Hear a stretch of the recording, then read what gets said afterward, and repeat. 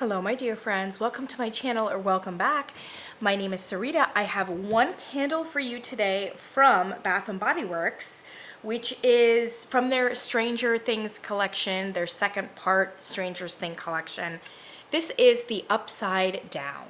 And the packaging has not grown on me, but it hasn't gotten worse either. It's like this weird blue-red thing with some funky texture on here that looks surprisingly gross, along with branches. I don't watch Stranger Things, so I think that the blue-red ombre does have significance, but not to me. So I burned this one with this kind of gunmetal lid that always has fingerprints on it, but there it kind of... All right, so this one I burned all the way down to the wick clips. It didn't do too badly. Very moderate soot, or light soot, and I burned it all the way down to the wick clips. It actually smells pretty good. Oh, before I get started, look what I got in the lip sale. I got these two. Should we try them? All right, so I don't know, why is Bath & Body Works doing lip care? Why are they trying this? When they tried the lip care, I rolled my eyes back pretty far. I was like, oh, this is gonna last 3 months, and then they're gonna pull it off the floor because it's just a disaster. But they're really committing to this lip care thing. I mean, they're really committing to it, which makes me wonder, is it doing well? I don't know. That and the wellness that used to be the aromatherapy. I always thought aromatherapy did well, but now they've kind of really truncated their aromatherapy collection, and instead they're doing these wellness mini collections that for my money are not better than the aromatherapy ones. So I don't know. They seem to be more organic and more less scented, less heavily fragranced. But the people that come to Bath & Body Works are looking for heavy fragrance. I just don't know if that's a winner, you know? If you don't like heavy fragrance, then you're probably not a Bath & Body Works shopper, and you're probably not darkening the door of a Bath & Body Works. In which case, the fact that they're giving us those products, is that indicative of the fact that they're pivoting, that people are not wanting the scented stuff? I'm sorry, I know I'm talking out loud, but I'm confused by it. Anyway, they had that big lip sale of the lip care products, and I went ahead and got, because I love lip balm, so I did buy 10 of these, because these are very highly recommended. These favorite night balms from Bigelow.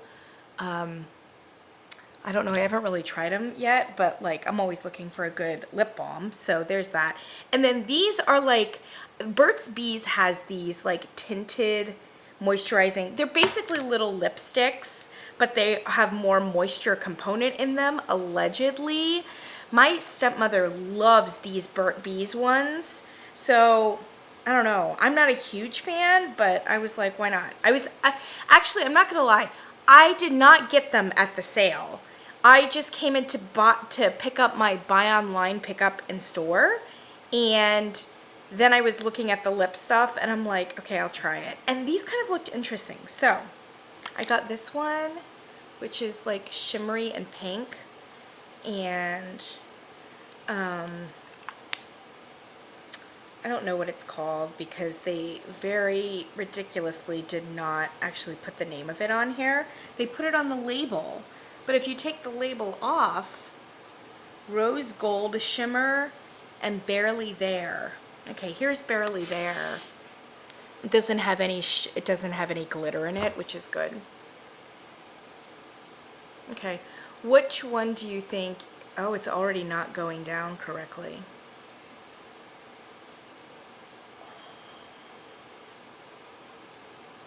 It's not coming down. Oh. Okay, I guess I'll have to return that one. Well, let's try it.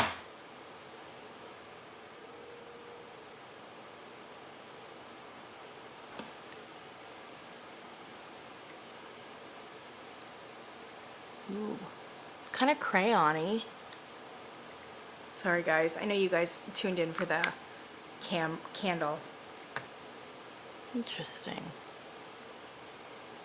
Kind of like it. We'll have to see. We'll have to see. Anyway, I have to return that now because it's not working right. It's not coming down. All right, so there you go, $12.95. It does seem a little bit more moisturizing than the Burt's Bees one. Okay, so Stranger Things, everybody thought this was going to be Moonlit Graveyard because it had the eerie fog in it and the mossy stone. And those were notes in the graveyard candle. But no, it is not the graveyard candle at all, not even remotely. And that would have actually been a very good one to have repackaged and put in here. Except that I think there would be reasons for not playing a repackaged game when you have a fancy collaboration with Netflix to be like, oh yeah, we just gave you last year's Halloween candle and put that in there. On the other hand, I'm pretty sure that Hopper's coffee is just freshly brewed coffee. You know what I mean? At any rate, I definitely think that Moonlit Graveyard would have been more successful. I looked at the notes and I thought that it was Fall Forest, which would have been another great one to have put in here. And Fall Forest was a little bit more under the radar than Moonlit Graveyard last year. And Fall Forest was fantastic. Man, I'm upset we didn't see Fallen Forest this year. Fall Forest had a spruce, and then it had, I'm pretty sure it had moss and fog in it, both of them.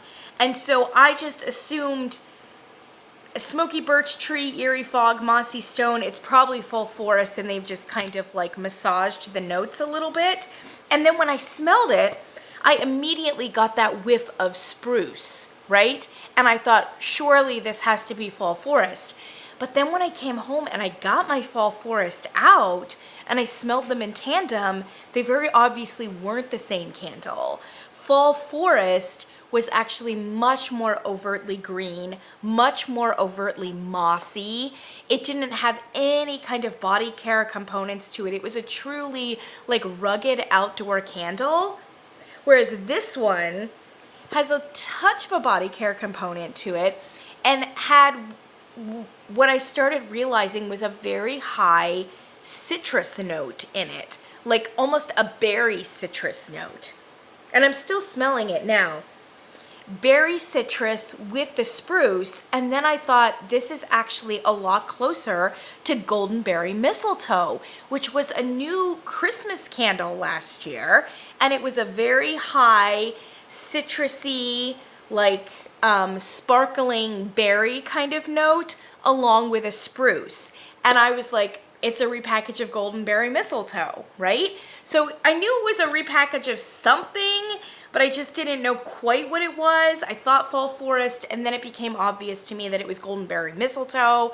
I was cautioned behind the scenes by both Kent from Candle Channel and Greg from All About Candles that it was probably not Golden Berry Mistletoe, but that only made me more defensive. It has to be Golden Berry Mistletoe. How dare you, sirs, gentlemen?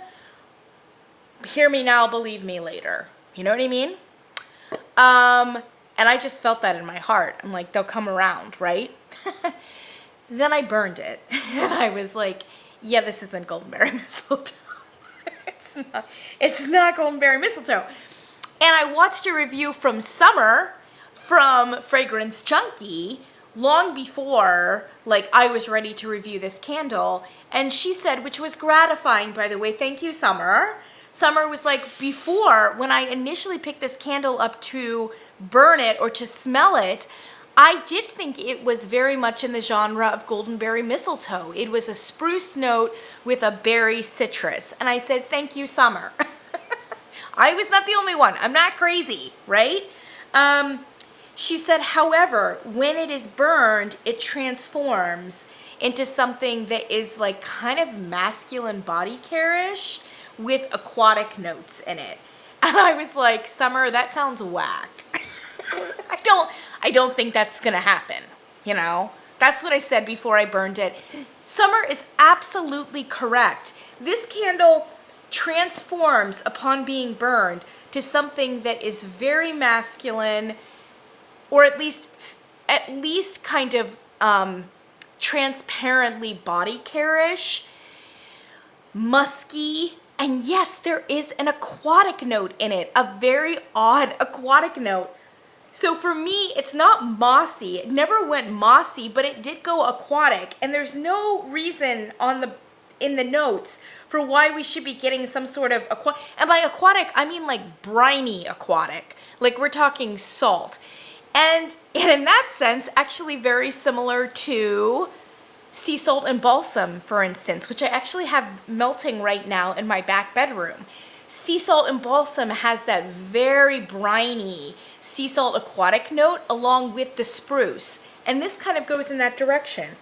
But then it also has this like masculine musk element to it that is a little on the fruity side. That made the whole thing go a bit surf shop for me, frankly, and sea salt and sails. So I just burned a sea salt and sails. Very similar. Yes. This one, sea salt and sails, for my money, is a little bit more interesting. It's even more sea salt brine than this one, but this one still has a lot of sea salt brine in it. And it has fruit in it as well.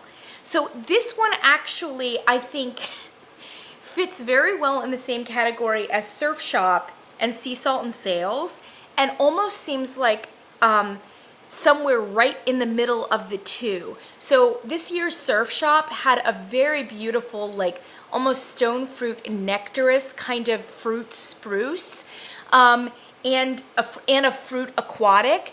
And then this one has the very brininess. It doesn't have the fruit, and instead it has this like musk body care men's component to it.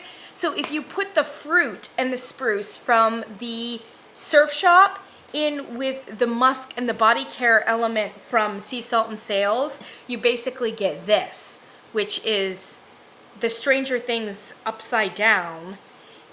And yeah, it's like a very, like a masculine body care musk component with spruce and with a little bit of like fruitiness that kind of brightens up the spruce, and I think makes it a little bit more generic rather than rugged and outdoorsy. Yeah? Yeah, something like that. I am smelling a little bit of a smoke nuance, but I'm wondering if it's just carbon residue. That's the only thing that like could be true to the notes here, because it says smoky birch tree. But this is not a birch. It's really not. I mean, this is just straight up one of their balsam or spruce notes. Have I smelled more authentic spruce balsam notes? Yes. Have I smelled worse ones? Yes. This is just a very standard Bath & Body Works spruce and balsam note. It's not a birch note at all. And I didn't pick up on any real smoke until the very end of this, which is making me think that it has more to do with the smokiness of the carbon residue, etc. Yeah. I would say this is very strongly in the same category as Surf Shop and Sea Salt and Sails, and Sea Salt and Balsam as well. And actually, I like all of those candles. I do. And so in that sense, I like this one. When I initially smelled it on cold, I was not getting the aquatic notes. So the aquatic notes and the musky notes come out kind of after you burn it, at least the first time. And now on cold, I'm smelling the aquatic. But the first pour, I was not getting anything aquatic. And so the aquatic was a really big surprise and is not indicated on the bottom at all. It's just not. Unless you want to say that the mossy stone implies some sort of moist element. This is not like a moist moss smell. This is straight up ocean smell, right? And I'm still not getting any eerie fog from it, or even any like overt ozone quality that wouldn't be implied in the like briny aquatic note of it. Yeah. It's an interesting candle in that it's just not at all what is advertised. That's about it. I don't know that it's more interesting than any of the other aquatic candles in its genre. And for my money, I would take Sea Salt and Sails and Surf Shop and Sea Salt and Balsam before this one. So all 4 candles are decent, but at least 3 of them I think are a little bit more above average. If I had to rank the 4 of these candles that are very, very similar, I would put as a tie Surf Shop and Sea Salt and Balsam at the top, for sure. And then I would do Sea Salt and Sails, and then I would do the Upside Down. But they're all pretty much in the same category, and they share a lot of notes with each other, a lot. So if you like one, you're probably gonna like the other. There's that. Also, it might be a good transitional candle. I was at my local Bath & Body Works the other day, and like, these are not flying off the shelves. They are really not. So I think you probably still have some upside downs in your store and certainly online. This would be a really nice transitional, like, early September candle. Especially it would be nice in late August, which we've just passed, because it still kind of has that outdoorsy, by the lake, by the ocean kind of vibe to it, which is a little bit like summerish. And then it's also got the spruce in there and the deeper, more masculine notes, which just kind of promise or whisper that the weather might be changing, if that makes sense. So I actually think that the entire genre goes very nicely at any time, but certainly in that like late summer vibe. And in that sense, ends up being somewhat seasonal to the time that it came out, but it's marketed as a spooky candle. It's marketed as a dark, deep weather kind of candle, and it's just none of the above. It's really not. It's not. So I think it's a bit of a disaster just from a marketing standpoint, but from a fragrance standpoint, it's very similar to at least 3 other candles that we've seen in the very recent future. I mean, in the very recent past. So, that are very, very nice. Very nice. But I don't know what they're smoking with, like calling it birch, moss, and fog. And I don't know what they're doing, putting it in this packaging and pretending that it's some sort of spooky Halloween fragrance when it's really not. I did say initially that it smelled like a Christmas fragrance because really all I was getting was the citrus and the spruce. But then upon it being burned with the briny aquatic and the masculine notes, I'm comfortable saying it's no longer a Christmas candle. So in that sense, not unseasonal, you know, in that way, shape, or form. It's not a Christmas candle, but what it is a aquatic masculine candle. Yeah, and it's nice for what it is. Strength and Throw was not great, but Strength and Throw on Sea Salt and Sails was not great either. So, and to some extent, when you do get a fairly authentic, like spruce and aquatic briny note, you can't expect it to like blow your house away. You know what I mean? That said, of all 4 candles, I do think that Surf Shop and Sea Salt and Balsam performed the best. It's part of the reason why I would rank them number 1 and number 2, respectively. Both of them did fantastic in terms of Strength and Throw, at least up in the 7 to 7.5 range, no matter where they were placed. So those are definitely the most successful of the 4. Sea Salt and Sails was not good in terms of Strength and Throw. I mean, have I burned worse candles from Bath & Body Works? Yeah. I would say this one kind of came in at like a 5 or so in a fairly closed concept space. This one was very similar. It just kind of was like a 4 or a 5 in a smaller space. And it's probably the closest to Sea Salt and Sails. But it just has that fruit note, which is a little bit more Surf Shop to it. Yeah. Yeah. But nowhere near as good of a performer as Surf Shop. So, yeah. I don't know what to say, folks. It's just, it's a no for me. Although I do appreciate the fragrance and I appreciate the category, I'm so over it right now with Bath and Body Works giving us bullshit scent notes on the bottom of their candle. I'm so over them giving us bullshit marketing. I mean, they're not as bad as Yankee.